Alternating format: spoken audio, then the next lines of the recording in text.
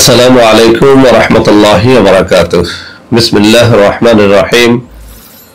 আলহামদুলিল্লাহি রাব্বিল আলামিন ওয়াল আকিবাতু লিল মুত্তাকিন। আসসালাতু ওয়াসসালামু আলা নাবিয়্যিহি মুহাম্মাদিন ওয়া আলিহি ওয়া আসহাবিহি আজমাইন। আম্মা বা'দ। সম্মানিত দিনদার ভাই বোনেরা, আজ আমি আপনাদের জন্য অত্যন্ত চমৎকার একটা ভিডিও নিয়ে হাজির হয়েছি।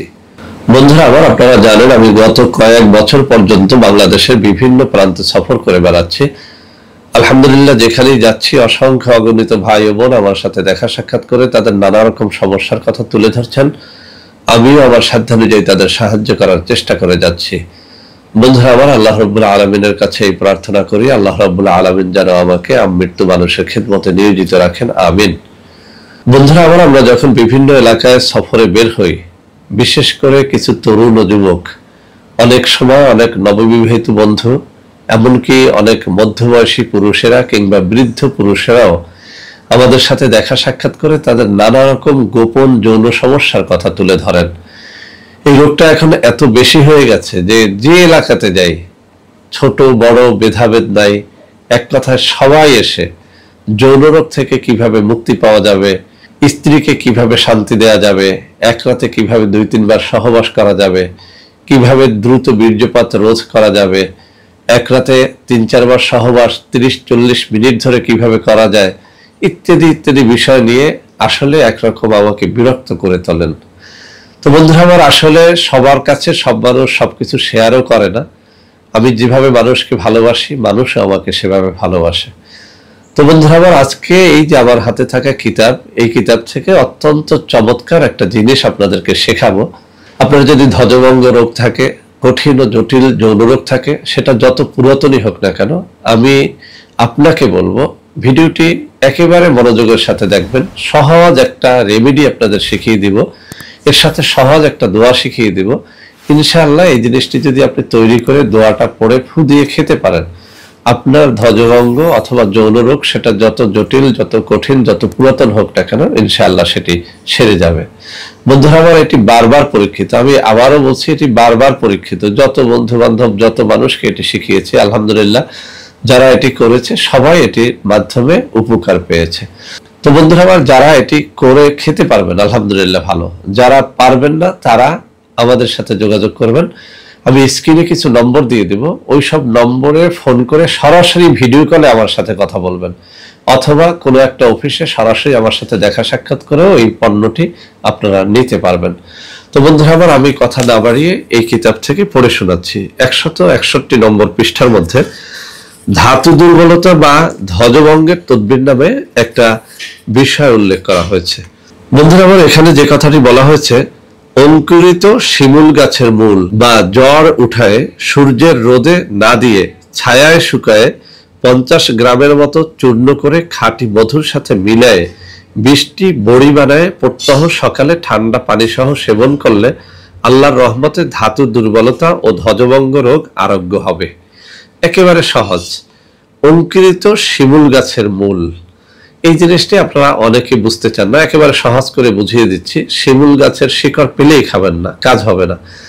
একটা শিমুল তুলা গাছ যখন 2 থেকে 2.5 ফিট লম্বা হয়, আমি আবারও বলছি 2 থেকে 2.5 ফিট যখন লম্বা হয়, এটাকে আমরা বলি কচি শিমুল তুলা গাছ। এই কচি শিমুল তুলা গাছের শিকড় বা মূল, এটাকে আপনি উঠাবেন, উঠিয়ে এটি রোদে শুকাবেন না। আমি আবারও বলছি, এটি রোদে শুকানো যাবে না, ছায়ায় শুকিয়ে নেবেন।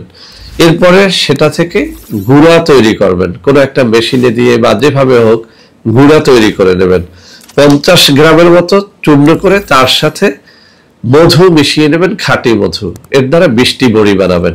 এখানে 50 গ্রাম দিয়ে 20টি বড়ি বানাতে বলা হয়েছে, তাহলে 100 গ্রাম দিয়ে হবে 40টি বড়ি।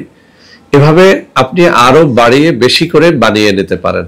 এটি যৌন রোগের জন্য অব্যর্থভাবে কাজ করে। তবে এখানে দোয়ার কথাটা আমি একটু বলে দিচ্ছি। যদিও এই কিতাবের মধ্যে দোয়াটি উল্লেখ নেই, কিন্তু অনেকগুলো কিতাবের মধ্যে এই বড়ির গায়ে, এই ঔষধের গায়ে একটা দোয়া পড়ে ফুঁক দিয়ে তারপরে খেতে বলা হয়েছে। মূলত এই দোয়াটি আরো বহু রোগের চিকিৎসার জন্য ব্যবহার করা হয়।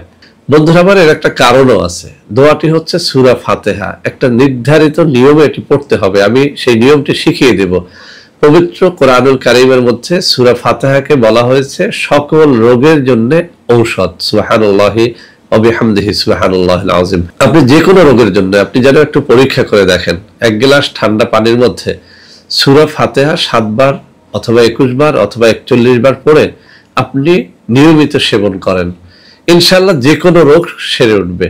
তবে এই যে আজকে যে রেমেডিটির কথা বললাম, যে ঔষধটির কথা বললাম, এই ঔষধের গায়ে আপনি কিভাবে পড়ে ফু দিবেন, সূরা ফাতিহা বিসমিল্লাহির রহমানির রহিম আলহামদুলিল্লাহি রাব্বিল আলামিন এভাবে পড়বেন, অর্থাৎ ওয়ালাদ-দাল্লিন আমিন পর্যন্ত পড়বেন, কিন্তু শুরুটা এভাবে বিসমিল্লাহির রহমানির রহিম আলহামদুলিল্লাহি রাব্বিল আলামিন, অর্থাৎ বিসমিল্লাহ শরীফ আর আলহামদুলিল্লাহি রাব্বিল আলামিন এই দুটো আয়াত মিলিয়ে পড়বেন এভাবে, বিসমিল্লাহির রহমানির রহিম আলহামদুলিল্লাহি রাব্বিল আলামিন আর রহমানির রহিম মালিকি ইয়াউমিদ্দিন ইয়্যাকা না'বুদু ওয়া ইয়্যাকা নাস্তাঈন ইহদিনাস সিরাতাল মুস্তাকিম সিরাতাল লাযীনা আন'আমতা আলাইহিম গায়রিল মাগদুবি আলাইহিম ওয়ালাদ-দাল্লিন আমিন।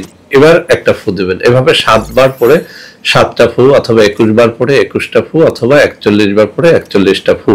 এভাবে এই বড়ির গায়ে ফু দিয়ে ওই বড়িগুলো একটা কৌটার মধ্যে আপনি সংরক্ষণ করে রাখবেন। এরপরে যে নিয়মে খেতে বলা হয়েছে ওই নিয়মে আপনি খাবেন। আপনি দেখেন, পরীক্ষা করে দেখেন, ধাতু দুর্বলতা, ধ্বজভঙ্গ অথবা যৌন রোগের মতো কঠিন রোগ আপনার থাকবে না। বন্ধুরা আমার, আমি একটু লেখাটা আপনাদের সামনে তুলে ধরছি।